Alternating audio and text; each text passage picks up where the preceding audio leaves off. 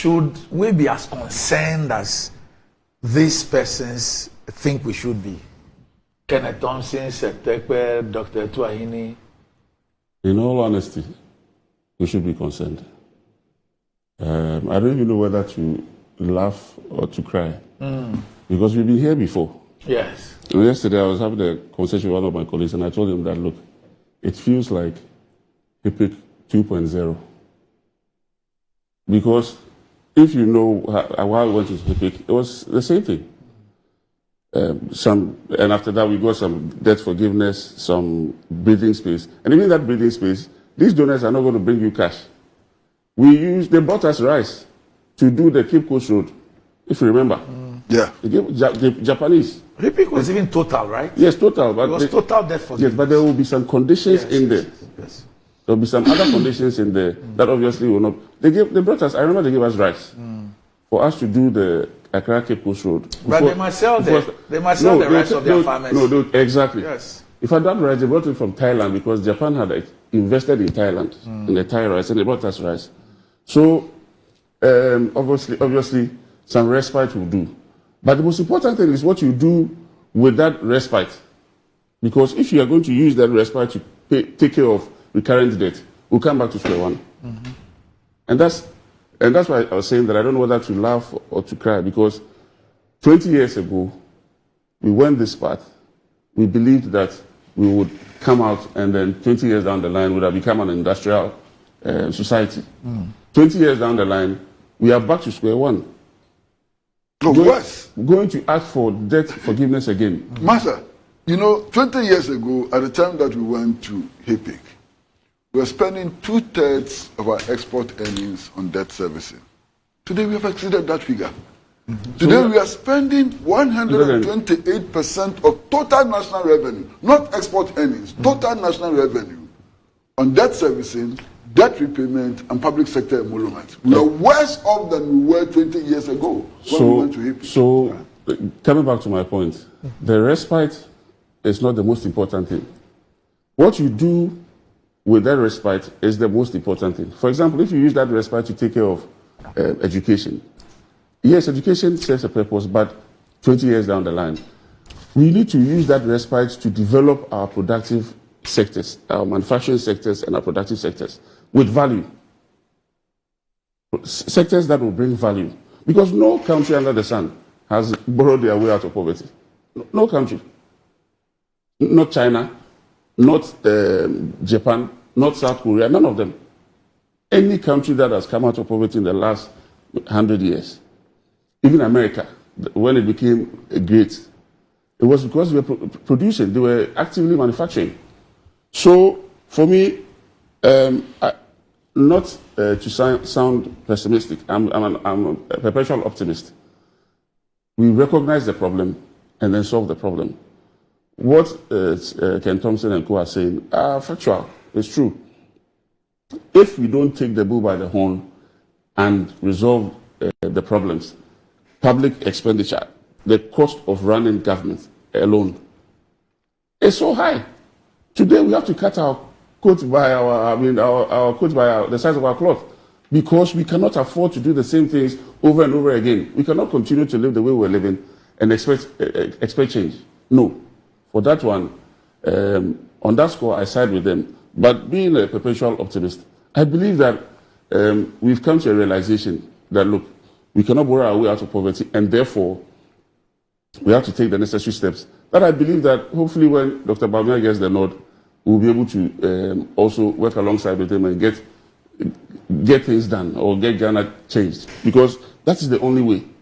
That is the only way. Otherwise, we'll be back here 10 years down the line discussing the same thing, because we'd have gone the Argentinian way, where every 4 years they go and review. You know, you see that Argentinian ship in Ghana some time ago. Yes, creditors will chase you everywhere. And it is no different from even your private life. If you run a business, the business goes into difficulty, you cannot pay. Until the business stands on its feet and is producing, there's no way you can take care of the debt. And it's the same thing that applies to the state. Until the state is able to, do proper value addition, not mining. Mining, we know what we are getting from there. Cocoa is finished. What else is there? So we would have to look at productive sectors, whether it's agro-processing, whether it's manufacturing, garments manufacturing, whatever it is, something that will earn us valuable income, hard foreign exchange, so that we're able to take care of our debts as a country and go for it. And there's countless examples of countries that have been through similar situations and have come out. Malaysia did, they came out of it. South Korea did, they came out of it. South Korea, they even borrowed money to produce hair, wigs. That was their first export. Wigs. They took the money from Barclays Bank and they did that. And that's, earlier when I was speaking, I was talking about this 10 billion we had borrowed in 6 years. I asked myself, and Ken Thompson speaks about it as well. 10 billion in 6 years. What did we do with the 10 billion? If you used it for infrastructure, no problem. But that infrastructure may not necessarily bring you growth. The kind of growth that creates jobs and creates wealth for the state. That same 10 billion, I can give you an example of a country like Vietnam. Samsung took 17 billion there, and that 17 billion yields Vietnam over $100 billion a year just in electronics exports. All the televisions and mobile phones that Samsung sells around the world comes out of Vietnam with a similar amount of money. So ask yourself what we did with our 10 billion in the last 6 years. We used it to pay recurrent debt. So whatever you do, it's just your expenditure and your income. Until you're able to build that income portion and the state is able to raise enough to take care of its basic needs and debt, we'll be sitting where we're sitting and we'll come back to the same point 20 years down the line. So for me, my suggestion will be that whatever the respite is in the next 3 to 4 years, whatever we need to do to whether if it means we have to go out there and bring foreign investors to come and invest in certain sectors that will help us grow our exports, let us do it. If that is all we can do as a government, let us do it. Let us do that. Let it create the jobs. Let it bring value into the economy. Let it bring valuable exports into the economy so that we make some good revenue out of it. And then obviously we'll be able to now take care of our debts and grow from there. That is my suggestion, and that's what I believe that when Dr. Bawumia gets the opportunity, he will do. So on the last part, what do you say to people who say that why will I entrust the future of this country to the same people who took us into the ditch that we find ourselves in? So if you say the people that took us into the ditch, that will be wrong. You see, the ditch, we're already heading towards the ditch. We started heading towards the ditch. But we pushed faster into the ditch in the last 8 years. We were heading towards the ditch as far back as 2007, 2008, when Kufuor went for the first Eurobond loan. Mm-hmm. It was, we had a 10-year period to pay. Mm-hmm. And it was going to be due after that. When Kufuor left and Atarios came, they continued. Mm-hmm. So it was like free money, kicking down the can down the road, and we'll catch up with it later. Today, the can has catch up with us. So it was going to catch up with us. But in fact, it was even going to catch up with us. The first set was going to catch up with us in 2017. We started moving towards the ditch. Yes. February 24th, 1966, we started. But you see, over the last 8 years, there has been an acceleration. The acceleration came up. There has been an acceleration. In fact, I keep coming back to the fact that COVID exposed us. It made the people of Ghana, it's like you be with your home, with your family, and you've lost your job, but you're not able to tell your wife and kids. So you pick from here, you borrow from here, you are just keeping, a good appearance. Exactly. Then, all of a sudden, all those streams are closed. Obviously, you become exposed and you have to tell your wife and kids. That's what happened to Ghana when COVID came. Because when COVID came... I'm not sure that is what happened. Listen to your own parliamentary candidate for Zanlerugu. She is the one who came and told us that they gave her part of the COVID money for her campaign. They gave her part of the money to share among constituency chairpersons and police station agents and so on. We can come back to that. That's the money. COVID gave you so much money that you could actually afford to use some for campaign. The point I wanted to raise with you was that even if we were to look at just Eurobond, and you trace the thing back to 2007, when the capital market became open as a result of debt forgiveness and our debt profile and all that.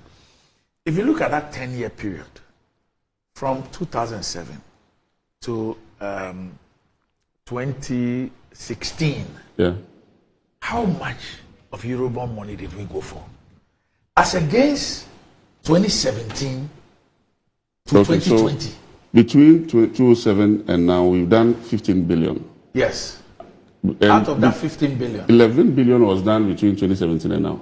Not even now. 2017 and 2020, 2020 or 2021. 21. And then Yes. between 22 and now, Yes. that's not even Eurobond. Other Yes. borrowings, we've done 2 billion. No, I mean, even for, I'm saying just Eurobond. So We used 4 years. We took 11 billion in 4 years. When for 10 years, we are down only 4 billion. So the issue of the acceleration into the ditch, because if you trace it to 2007, from 2007 to 2016, if Eurobond, we did only 4 billion. Then in just 4.5 years, we went 11 billion. At the time, and you see, I'm saying this, at the time when we have been complaining about Ghana's debt situation, at the time when we have been complaining about debt to GDP, then we get an opportunity, and what we do is that we almost treble or triple. because we're just borrowing to pay recurrent debt. And for that one, I always believe it's a problem. If you borrow to pay recurrent debt, it doesn't make sense. That's my view. You borrow to take care of productive activity. So if you... When we complained, they told us that we don't understand it. There's reprofiling and something. We did adjectives. rebasing and all those things. No, I'm saying this Yes. one. When we started complaining, we were told about reprofiling and something. We didn't go to business school. We didn't go to Ivy League, so we don't understand those things. No, we understand. That's where we are. No, but the truth is that it cannot be attributed to a particular government only. That's what I was trying to drive. He is talking about acceleration. But I'm saying that it is the nature of the way we have structured our economy from day one, maybe from 66, when we couldn't fully industrialize, till date. And for me, I don't want to go back and forth on who did what and who did what. Let's look at the solutions, how we find solutions to the problem. And that solution is for us to industrialize. At any cost, we have to industrialize. But my brother, first of all, I mean, we have to find solutions to the problem. I agree. We need to understand the problem. We need to agree on the problem. What are Ghanaians looking for? I mean, the average Ghanaian family is just looking for the ability to be able to grind pepper. Don't talk about the addition of KK. Just grind pepper for the family of 5. That's all. Now, I don't know if you go to the market. I do sometimes. A ball of tomatoes this size is 5 cedis. Randy, a ball of tomatoes this size is 5 cedis. Now, I have the benefit of old age. Okay? So, listen to me very carefully. 1 ball of tomatoes cost more than my first car, which I bought in 1976. Can you believe it? 1 tomatoes cost far more than my first car, which I bought in 1976. And I bought my car in 1976 for 350 cedis. You understand? Yeah, but the value of the present value of the money and the future value of the money would not be the same. Yes. So if it was 350 then, 350 in today's present value would be completely different. It might be the same as, I mean, if you could buy a car for £100 in 1980 or 1981. Today, that same £100 is the equivalent of maybe $100,000. The fact is that today, what I spent in buying 1 ball of tomatoes is more expensive than what I spent in buying a car in 1976. On the face of it. Yes. That's the reality. In terms of real values and so on. You understand? Now, listen. If 1 ball of tomatoes like this is 5 cedis, and there's a family of 5, mother, father, and 3 children, and mind you, a ball of kenke is how much? 5 cedis. 5 cedis, from 50 pesos to 5 cedis in less than 8 years, and so on. How do they survive? No, so the people are not asking for much. They just want to be able to buy kenke and have pepper. And some very little fish to go along with it. That's all they want. They are not asking for the moon. They are not like the middle class and upper middle class and so on, who are looking for land cruises and so on. They are asking for kenke and fish. So it means that you need 10 cities to eat a bowl of kenke and fish. One person. Yes. Oh, stop that. No, I'm saying Stop 10 that. cities. How? That's what it means. One of my friends, Yes. when he sits down to eat. Oh no, as for him, no, hold hold on. He actually eats 6 balls. Oh no. Because he asked for that one there. That one. We have to. He needs to see a specialist. But he's a Ghanaian. No, but on the average, let's say if somebody who is just 1 ball, that's the point I'm making, Kwesi. Well, most people would eat 2 balls. So, Kwesi, even if it's 1 ball, the point I'm making is that what it means is that 1 ball is you need a minimum of 10 cedis to just eat a bowl of kenke and fish. Not so. Yes. I'm not sure. No, I'm just saying. I'm not sure because Randy.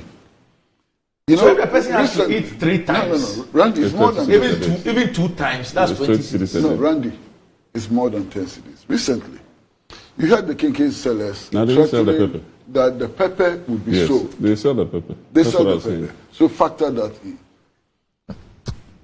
Now, why do they sell fish for 5 cedis? What kind of fish do they sell for 5 cedis? Why they sell the pepper? The cost of the tomato and onion. Half of the tomatoes in Ghana is imported. Yeah. It's imported. The onion is coming from Niger, the tomato is coming from Burkina. Yeah. We do ours, but post-harvest losses alone would account for the rise in price because we don't have any mechanism or structure to manage agriculture as an industry, as a business, to make sure that... I have deliberately stopped buying okra. Because the last time I attempted to buy okra, Randy, one was for 2 cedis. Even the fish that we are eating... One okra. The fish that we are eating is not coming from Ghana. It's from Mauritania and Morocco. It's all imported. So that kenke table that you see, if you are not lucky, the kenke itself, the corn, some corn is imported as well. So the corn might be imported or partially imported. The fish might be imported. The corn meal itself is imported. The onion is imported. The what do you call it? The vegetable oil that is used to fry the fish is imported. The fish itself is imported. So you are eating somebody's inflation. Okay. So if the person happens to be like you, the water he will top the kenke with is also imported. I drink tap water. The confidence in our economy is going to come back stronger. Because the world is no longer interested in investing in Ghana because of those there's restructuring. After tomorrow, it will be a different story. Watch the cedi to the dollar after tomorrow. Watch the cedi to the dollar after tomorrow.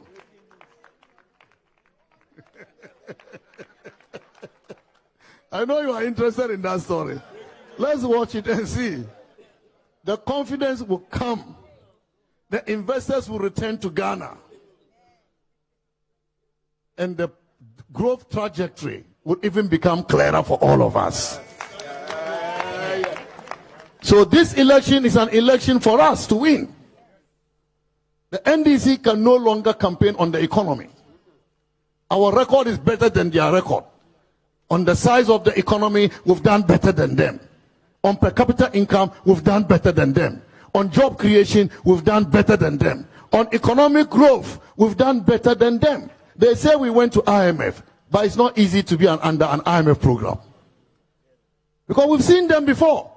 When they were under IMF program, by 2016, they missed all the targets.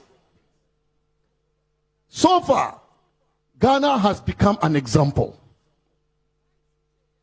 We met all our prior conditions and the IMF praised us and disbursed $600 million. We did our first review. We passed all the tests. The IMF praised us, they disbursed $600 million. On 28th of this month, we are doing a second review. And I'm telling you that we are going to pass. We will pass. We will meet all the targets. And the IMF will disburse money. Cedi to dollar again. Watch it. When the IMF disburses money on 29th of this month.